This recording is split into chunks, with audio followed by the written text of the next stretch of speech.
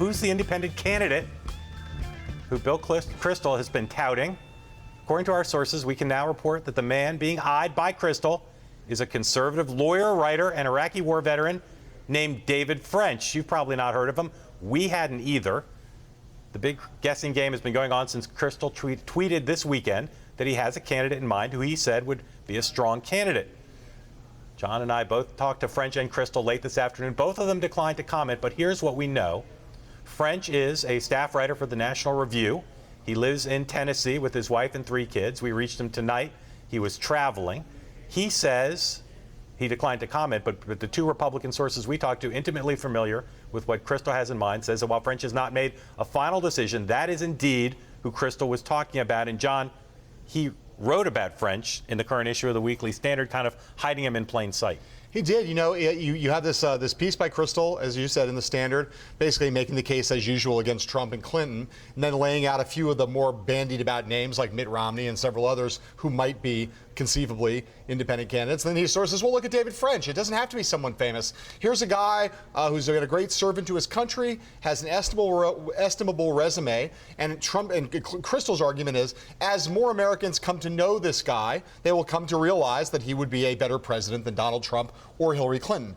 That's a huge if right there at the beginning, in the middle of that argument. This is a guy, a lot of people are going to look at the revealing of this name and say, you've got to be kidding. Who cares? No one's heard of him. You know, a lot of the search focused on people. They were looking for people with one or more of the following traits. They wanted someone who was famous, wealthy, who could buy into their way into fame, and someone who'd been in public service. Strike 1, strike 2, strike 3. Guys in public office. The guy's never run for anything.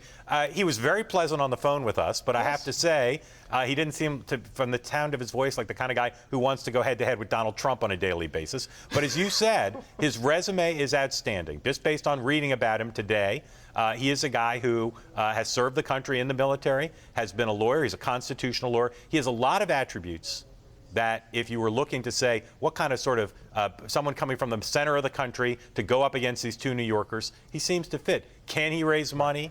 Is he the guy? Now, today, we'll talk about him in a second. We're going to play, though, Donald Trump today, before the name of David French was reported, was asked at his press conference today at Trump Tower, where he called Bill Kristol a loser. Predictably.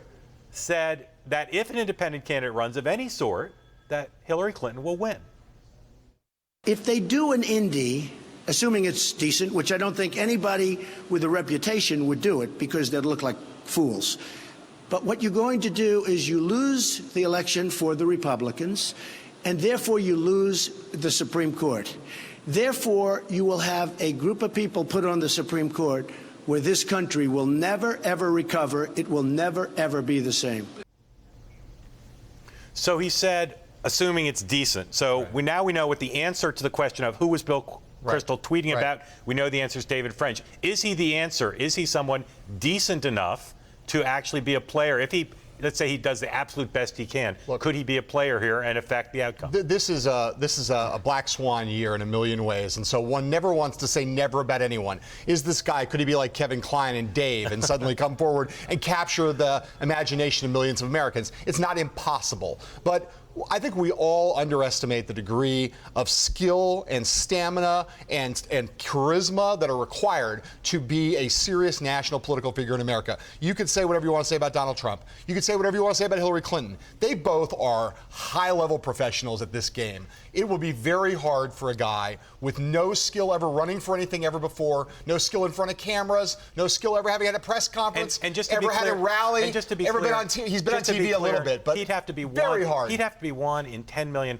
not to win, to do well enough to get into the debates, to be a factor in this race. I'm talking about being a factor. I'm talking about. I'm not talking about winning. I'm talking about could this guy stand on the same stage? You know, again, there are some very talented baseball players in the single A and double A, but it's a whole different thing at the major league level. Well, and this guy's not even been a minor league politician. That's what I'm saying. He's got an impressive resume. People are going to start Googling him now, and they'll find if you are someone like Mitt Romney or Michael Gerson, who worked for George Bush, you want someone to vote for, you're proud to vote for. This guy, based on our look at him this afternoon as we broke the news late in the day, you could be proud to vote for him. You could say this is a true conservative, a guy who served in the military with an outstanding resume. But is he someone who Donald Trump could now be worried and meet with Corey Lewandowski and Paul Manafort and say, how do we react to the David French? No. We do not want to be dismissive of this person as a citizen in the best possible standing. Absolutely. Again, But, you know, you're talking here about, this is someone, I think, for never-Trumpers who don't like the idea of sitting out the election, could never vote for Trump, could never vote for Clinton,